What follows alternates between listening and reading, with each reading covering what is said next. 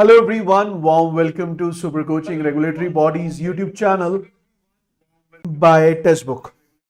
So, my name is Madhav Sir. I welcome you all in the next session, which is weekly RBI current affairs. We know this very well that if we are preparing for any examination related to regulatory bodies, or maybe if we are preparing for the bank exams, finance is going to play a really very important role. And in the finance, there is an organization which is, I would say, the heart of banking sector, that is Reserve Bank of India, and undoubtedly n number of questions are going to be asked from the RBI notices, RBI press release, as well as RBI bulletin and the other RBI official speeches. So keeping that in mind, we at Textbook, we brings to you a very important weekly session, and in this weekly session, we discuss all the important current affairs of the past 1 week related to RBI. So today on Wednesday, I will be discussing the weekly RBI current affairs, and in this weekly RBI current affairs, we are going to cover news related to RBI notifications, RBI circular, RBI press release, RBI official speeches, and many more. So let's begin the discussion. But before we start the discussion, I have an important update for you all. And the update is, guys, if you're preparing for these exams, you must remember one thing very carefully, that current affairs is really very important. Current affairs is really very important for all these exams. And if you want to master the current affairs, you need to classify the current affairs into different categories the way we have done it for you. We have current affairs based on PIB, where we cover the PIB news that is more important for your phase 1 examination. Then we have finance related current affairs, important for phase 1, phase 2, RBI updates, important for phase 1, phase 2, government schemes, important for phase 1, phase 2, ESI schemes, and important reports. So these sessions, they are live every day, Monday to Saturday at 6 p.m. And in these sessions, basically we discuss the past 1 week's current affair in much detail. So let's begin the discussion without any further delay. So the first point from where we are going to start our discussion in the today's session is India's foreign exchange reserves. So recently RBI has provided a data. RBI has recently provided data on what? So RBI has recently provided the data on forex reserves. Now, for those who don't know what is forex reserves, I would like to discuss that point with you all. Please pay attention on the screen, and I'm pretty sure you're going to enjoy the discussion. First of all, I'll start my discussion in this manner, that whenever we talk about RBI, we know this very well, that RBI is basically termed as what? Sir, RBI is basically termed as central bank. The moment you hear the word central bank, the first thing which comes into your mind is central bank is the bank which is responsible for the regulation of banking sector. That is actually not true. That is actually not true, because if we talk about RBI, when RBI was set up, it was set up as a private bank, and it was not regulating or monitoring the banking sector from day one. Rather, it got these responsibilities and powers under the Banking Regulation Act in 1949. From day one, RBI was responsible or made responsible to maintain financial and monetary stability, financial and monetary stability in the economy, which means stability in terms of inflation, stability in terms of flow of currency, stability in terms of availability of currency in the economy. Second is, central bank is responsible for issuing and printing of currency. Not from day one, but after a few years, RBI started printing, but from day one, RBI started the issuing of currency. Last is, RBI was made responsible from day one to manage the forex reserves. Now the question is, so what do you understand by the word forex reserves? Forex reserves basically talks about the foreign currency or the assets which can be easily utilized in the international economy for the trade purposes is known as forex, and the reserves which are maintained by the nation is known as forex reserves. If I talk more about these forex reserves, then my answer would be, sir, in these forex reserves, what all assets are included? So forex reserves include, the first point is, it includes the foreign currency. It includes the foreign currency. I'm talking about cash. Foreign currency in the form of cash. But obviously every economy will try not to maintain the reserves in the form of currency, because the currency depreciate with inflation, or I would say the better word is purchasing power of currency decreases over the period of time as we witness inflation. So it's better, rather than maintaining these reserves in the currency form, we should purchase foreign currency assets. Now, what are foreign currency assets? So foreign currency assets basically means the government securities. Basically means government securities or central bank securities, or the other securities which are issued by the foreign authorities, by the foreign organization. For example, the Federal Reserve has issued the government security, or Federal Reserve has issued a bond. So rather than maintaining dollars in the form of cash, RBI should purchase those assets or those securities, those bonds, against which RBI will be earning the return in the form of interest rate, and that instrument, that is the bond, or I would say the Federal Reserve security, can be liquidated whenever required. So that is a good option. Rather than maintaining cash, we should hold it in the form of securities. We call it as foreign currency assets. The third one we have is, that is gold. The third one we have is, that is gold. Gold is also considered as a very important aspect of your forex reserve. And the last one we have is, that is special drawing rights. Special drawing rights are the rights given to the IMF member nation. So if a country is an IMF member, then that country possesses the rights to withdraw the amount which is equivalent to SDR, which can be utilized for making the foreign payments. So this is what is included in the category of forex reserves. Now, the moment we discuss about forex reserves, the point is, why these forex reserves are maintained by RBI, or what is the science behind it? Try to understand this point. Whenever we talk about an economy, let's talk about India. If we are talking about a nation, that is India, we witness incoming of foreign currency as well as we witness outgoing of foreign currency. But the question is, what are the reasons of incoming and outgoing foreign currency? Let me give you the answer. First of all, if I talk about the incoming foreign currency,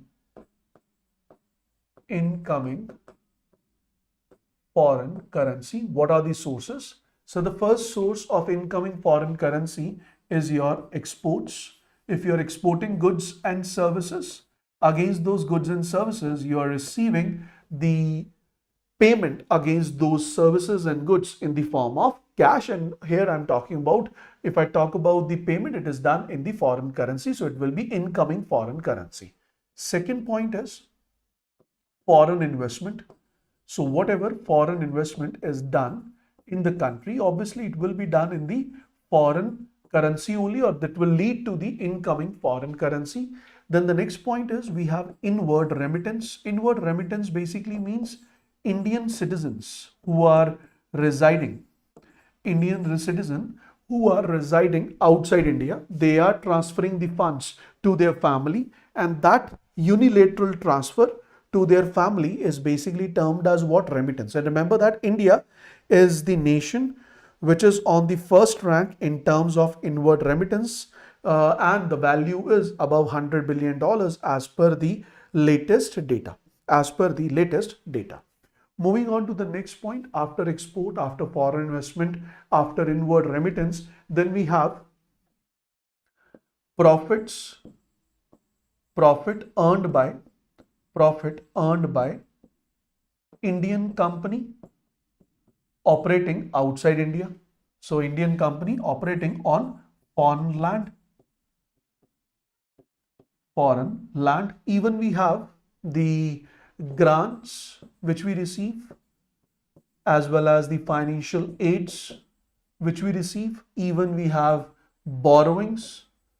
All these are the sources of, all these are the sources of incoming foreign currency.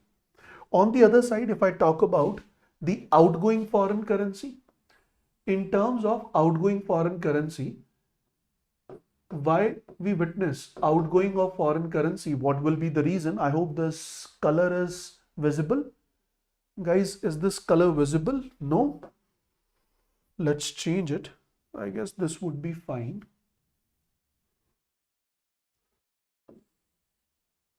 So we have outgoing foreign currency. So if you are importing goods and services, against this, you are making the payment. Secondly, we have Indian company investing outside India, investing outside India. Thirdly, we have outward remittance. So the foreign citizens residing in India, they are transferring the funds to their families, for example, in Nepal and all. Then we have profit earned by foreign company in India. So the companies, foreign companies which are operating in India, they will be transferring their profits back to their native land. That will be again a source of outgoing foreign funds. Then we have lending, which India make to the other nations. So we know that these flow of funds will be done by different nations. I agree to that point. But end of the day, the settlement of this foreign currency is done by a single unit, and that unit is RBI. So what I'm trying to say is, let's say you are an importer, you want to pay your bills in foreign currency, you will be receiving the foreign currency from, or you are exchanging your rupees against dollars. You are exchanging rupees and receiving dollars from a bank, and that bank is receiving the dollars from RBI. So ultimately, the actual exchange occurs at RBI, and the left out foreign currency which is exchanged is reserved by RBI, either in the form of cash, or that cash can be invested in the assets, or gold, and even we have SDR. So this is how we define the word forex reserves, and these are the sources of foreign currency, and these are the destinations where we make the foreign currency expenditure. Is it clear, guys? Is it clear, guys? May I have an answer? May I have answer in the comment section? Is it clear till this point? Please reply. Okay. Now coming back to the news. Now let's come back to the news. So recently, as per the news, what it is stated, as per the news, RBI stated that India's foreign exchange reserve, so update was done, which is very crucial for the economic stability. It said that on 15th of November, India's forex reserve is $657 billion. Is it a good number? I would say yes, it's a good number. India is having the fourth largest reserves of, or fourth largest forex reserves in the world after China, Japan, and Switzerland. But if I say, is it highest till date? No, sir, it is not highest till date.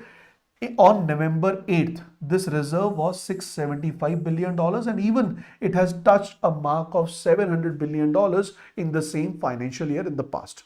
So there is a decline of $17.7 billion.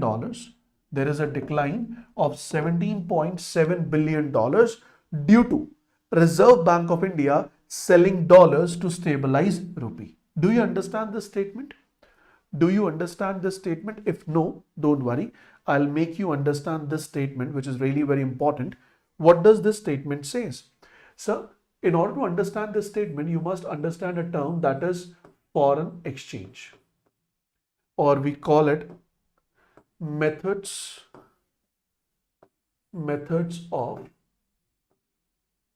foreign exchange or foreign currency exchange.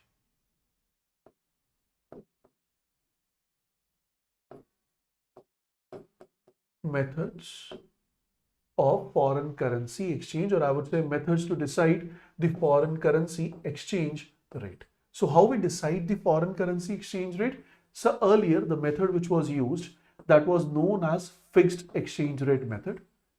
Fixed exchange rate method basically means it's a method in which exchange rate was decided by the government, and this exchange rate was fixed until and unless government revise it, until and unless it is revised by the government. So if I say in the fixed exchange rate, generally gold,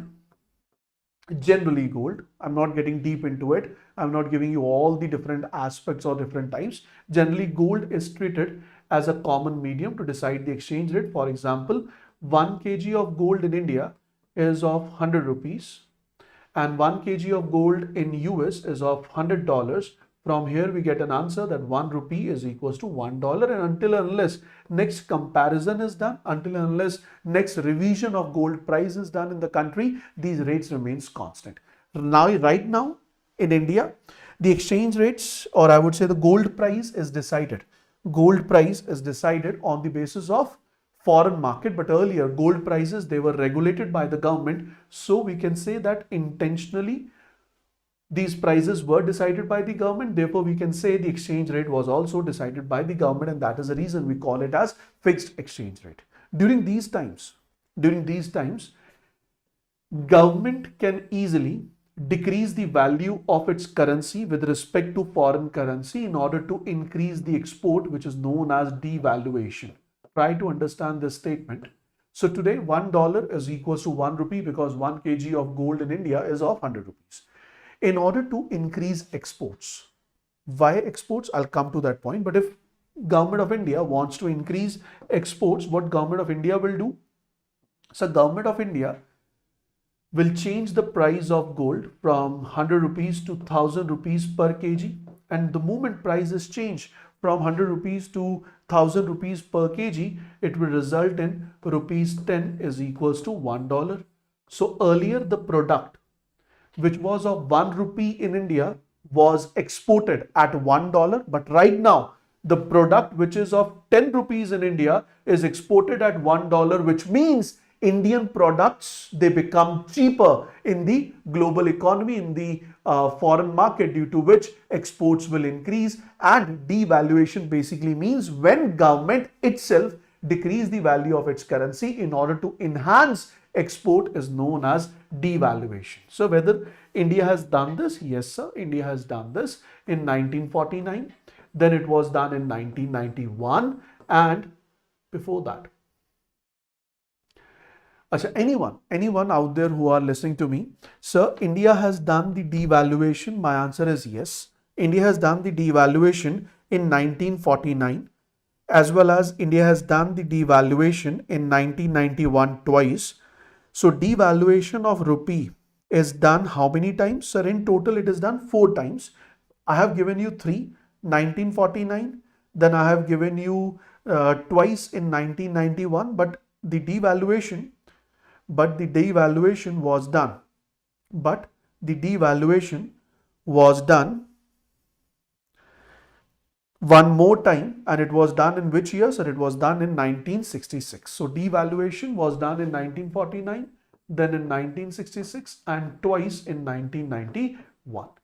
What was the motive? So motive was very clear that we should devaluate the currency to increase the exports. Our exports will increase, our forex reserves will increase, and over the period of time when we have good amount of forex reserves, we will be valuating the currency. Valuating means when government itself increase the value of its currency with respect to dollars. For example, the same 1000 rupees is equals to 1 kg, it can be reduced to 500 rupees per kg, which means 5 rupees will be equals to $1. Earlier $1 was equals to 10, now it is equal to 5 rupees. This is known as valuation, and valuation of Indian rupee has been done till now. So no, it hasn't done till now by the government officially, and because India was not having the adequate reserve, India was not in a position to increase its imports. So that is the reason India was never in a position to valuate its currency. But yes, India has devaluated it,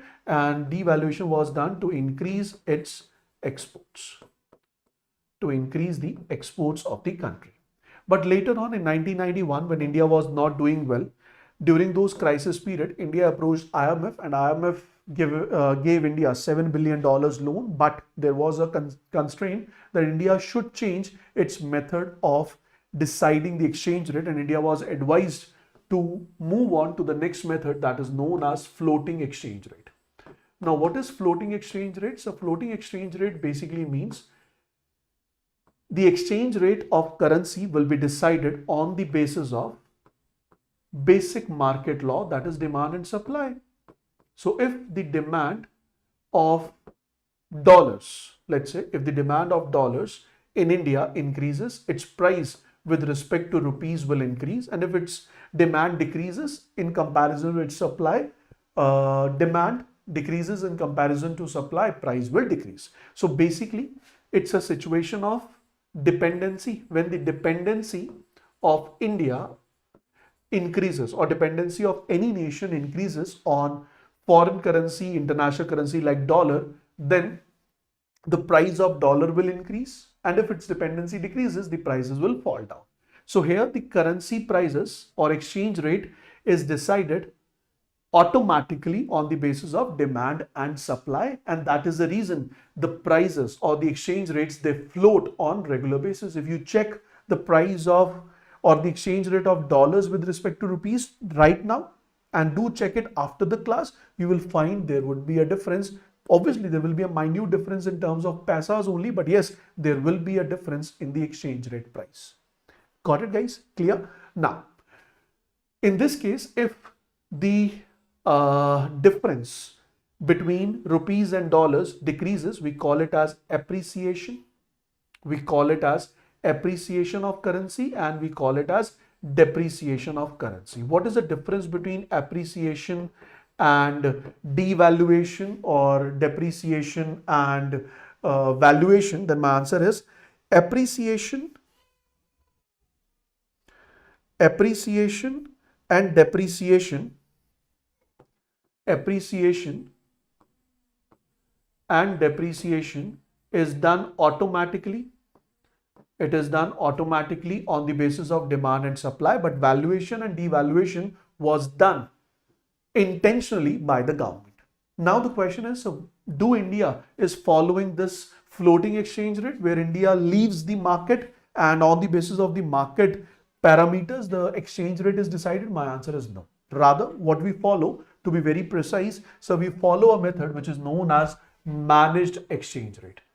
Why we call it as managed exchange rate or managed floating exchange rate? So managed floating exchange rate basically means, let me give you an example. Let's suppose today 80 rupees is equals to $1, and the demand on dollar is increasing. Due to increase in demand, Indian currency is expected to depreciate, and there is an expectation that it will depreciate to 90 rupees per dollar. Now, in order to avoid this depreciation, what will RBI do? Sir, RBI will sell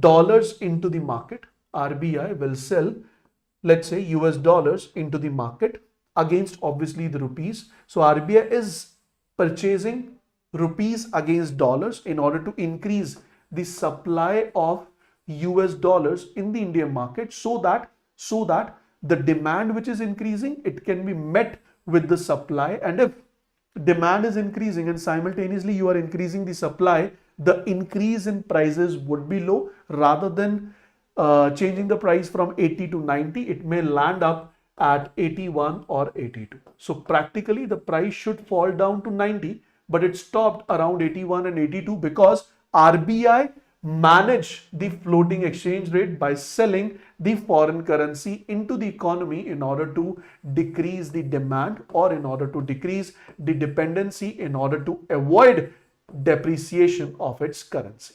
So this is what is known as managed floating exchange rate. Now you must be wondering, so why you are explaining this? I have an answer for this. I'm explaining you this point because of this statement which is on your screen. The statement says decline of 17 point. Statement says decline of $17.7 billion.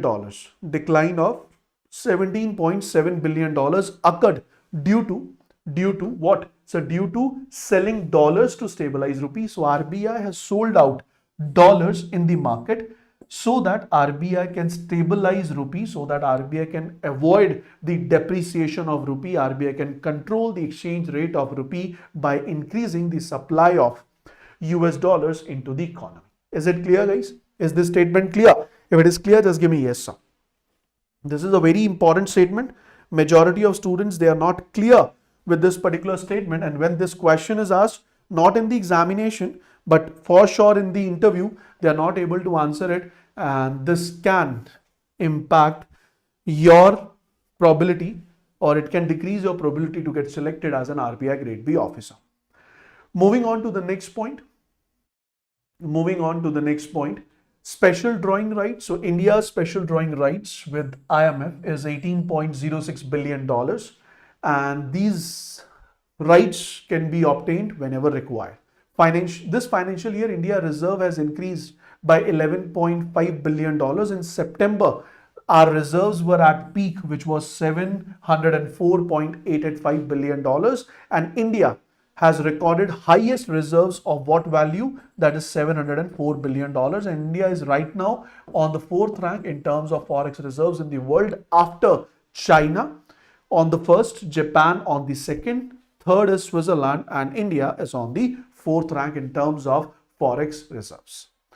Role of RBI. So RBI manages the foreign exchange reserves, which intervenes to manage the rupee value. We have discussed this. When foreign investors withdraw funds, when the foreign investors, they are disinvesting, they are withdrawing funds, RBI, if they are withdrawing funds, which means they are disinvesting in India, which means they want to take their foreign currency back. If they want to take their foreign currency back, which will result in increase in demand on foreign currency in India. The moment demand on foreign currency in India increases, price of Indian rupees will tend to fall down. So in order to avoid this situation, when there is increase in demand, RBI is selling the dollars in order to increase the supply, so that demand can be matched with the supply in order to avoid further gap between demand and supply, in order to avoid the depreciation of rupees with respect to dollars.